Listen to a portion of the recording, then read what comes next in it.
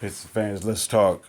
Let's make. I just did a recent video on Laurie marketing possibility landing spots, 5 landing spots. That is, I'm gonna switch it up a little bit with that,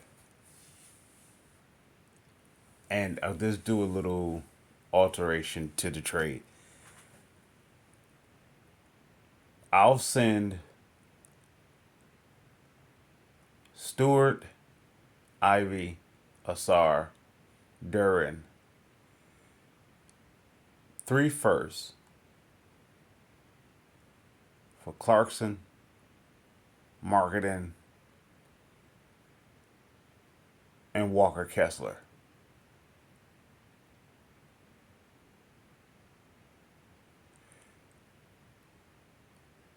So I'm exchanging their two bigs, their two youth bigs, for my core four and 3 firsts, 3 future firsts.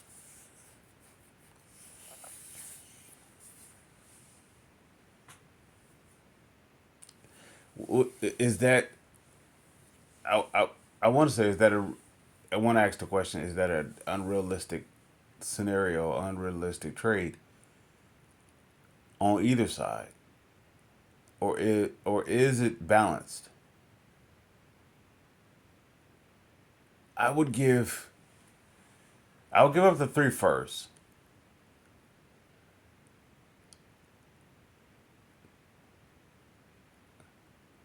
for Laurie marketing. Once again, you guys know how my stance are, or my stance is when it comes to Ivy. I don't know if him and Kate can not so much work out, at some point come to a collision course. I see if Kate was established there first for several years, I, where he was the foundation. You guys also know my stance on Kate. I don't look at him as the superstar. In this currently, he can be. If Trey Young could be a superstar, then yeah, he could be a superstar. I just don't look at him. I still look at Cade as a sidekick. So if you give me Marketing and Cade in a lineup, and they're both healthy, yeah, with a third contributor in Tobias, yeah, I'll take that. Now, am I losing my depth with Asar, Ivy, Duran, and Stewart? Am I losing my depth? Yes, I am. However, I also replaced them this offseason. I replaced Asar with the combination of Holland and Clinton. I replaced Ivy with Holland by itself, or I can go either way with Hardaway or Beasley. And even I want to say there's going to be a progression, or let's say, including of let's keep it a progression. I would say Sasser going to be a progressive player this year, given the opportunity. I like the idea of Caden Sasser more so than I like the idea of Caden Ivy. Am I saying Ivy is not a good prospect, a good player? No, I'm not saying that at all. I'm saying of course, it can work here if JB has a plan, and if the players is if they bought into the plan, that yeah, definitely could work out without having to trade anybody.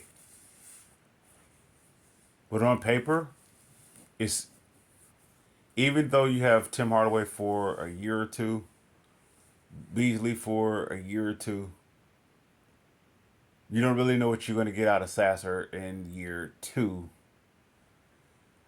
And I don't know if there's, I don't know if there's enough. Even though you signed Jenkins I believe it to a contract. I don't know if it's two way or not. I don't know if there's much there to bank on him to be a part of your future going forward. Even with that said, I would I would depart with the core four. That's Stewart, Asar, Ivy, and Duran, along with three firsts, and you bring me back marketing Walker and Clarkson.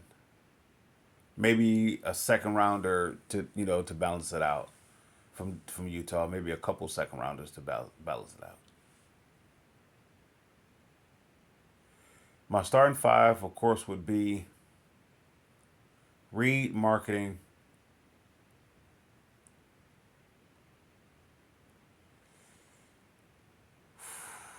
I'm gonna go with Harris.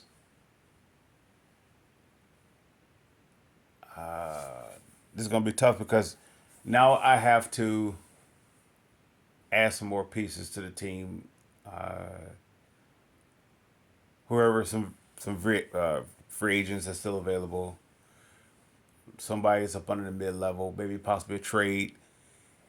I still have my 11 million up under the cap, and I could still swing a deal for somebody.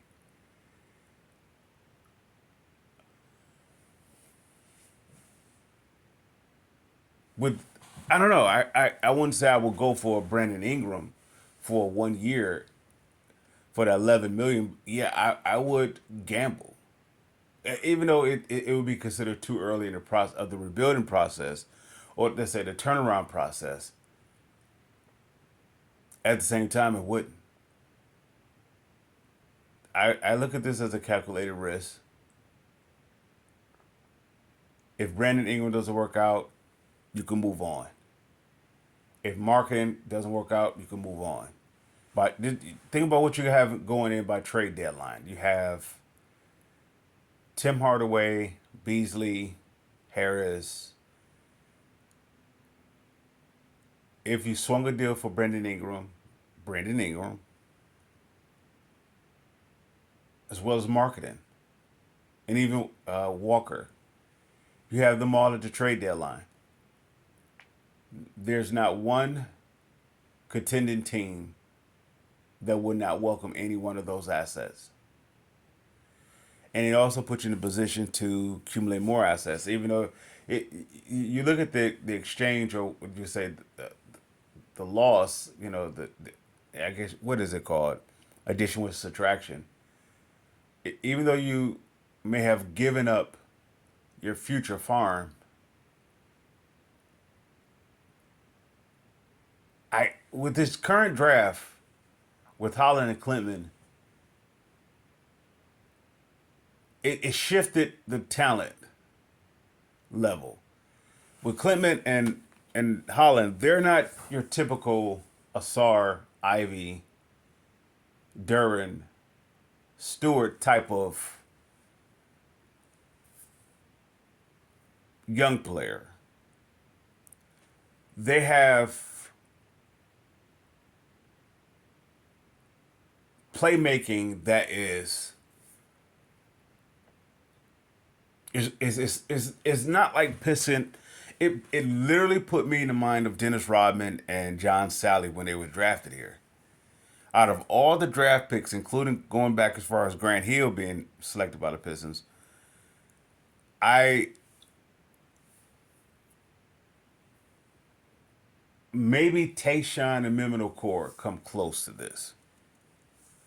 Outside of Grant Hill, I won't even say Lindsey and Allen Houston. Allen Houston was the prize for me. Lindsey Hunter was Lindsey Hunter to me was a mixture of Killian Hayes and as well as Jay Ivey when in a Piston uniform. Can he play? I mean, Lindsey Hunter first stint here with the Pistons. Could he play? Yeah, he could play. Yet, for him being the 10th overall, I believe, his first go around, I don't think he lived up to the hype. I he was at the same time. I guess it was considered unfair for him. He was put in the shadows of Isaiah Thomas, and Vinny. Lindsey Hunter was clearly a scorer, more so than a facilitator. Yet the Pistons need a facilitator, less of a scorer. By them drafting Houston, they had their scorer, and then the following year, I believe they end up getting. If it's not the following 2 years, they end up getting Grant Hill. So they needed a facilitator.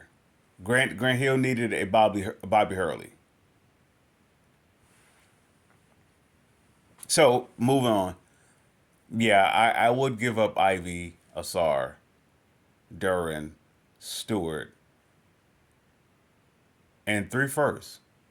I know that may be a bit much for Walker, marketing, and Clarkson. Clarkson, that's another piece that could be moved at possibly a deadline, or push come to shove, you eat that contract for 1 year. If nobody want to take Tim Hardaway, nobody wants to take Beasley. Let's say if you just stuck with what you have, you're dealing with this for 1 or 2 years. Which would, in the same time, that would be the same 1 or 2 years that you would be giving this evaluation for Ivy, Asar, and Duran. You know what you're going to get out of Stewart. Stewart is either he's going to take the next step forward, which would put not him just making him more consistent, yet he will be on this Pistons team. He would be your one, two, maybe your fourth at best, your fourth option. And if he did make it a jump this year, speaking of Isaiah Stewart, he would be your third option.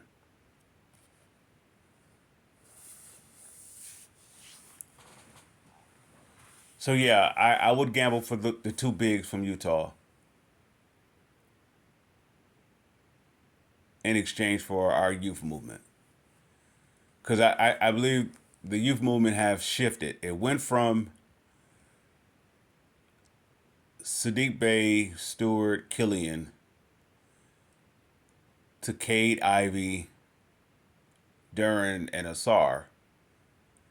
Now I will shift it again to the likes of Holland and Clinton and Sasser. I shift it. And my starting lineup would be Cade and Ivy. I mean, Cade and Ivy. Cade and Nassar. That would be my backcourt. I'm unsure with my three spot. I can go with Harris. In the last video, I said Harris is coming off my bench because I can go with Fontecchio, Hardaway, Holland, or Clinton at the three spot. I probably would be leaning towards more Clinton than Harris. Why? Because I still need like Harris to have like this scoring window and this green light. Yet I don't want it to. I don't know. That's tough because I can still. What I can do, I can hide Clinton between Cade and marketing. I can hide them. And I have off my bench, if not starting, I have Walker. Maybe they're starting. Maybe Walker and as well as marketing is starting. And my front court, it will be an interesting combination if I were to go with the 2 7-footers as my bigs. I have someone that's going to space it in marketing, and I have someone to clog it in Walker. And if that doesn't work, I still have Reed as a possibility as my center next to marketing. No, I don't have. I don't know what I still. Here's the thing: I will be letting go of the question marks of Ivy, Asar. Let's see, Duran, and Stewart is not a question mark for myself. I pretty much. I believe he's going to be what he is. Maybe with the smidgen to be a little bit more.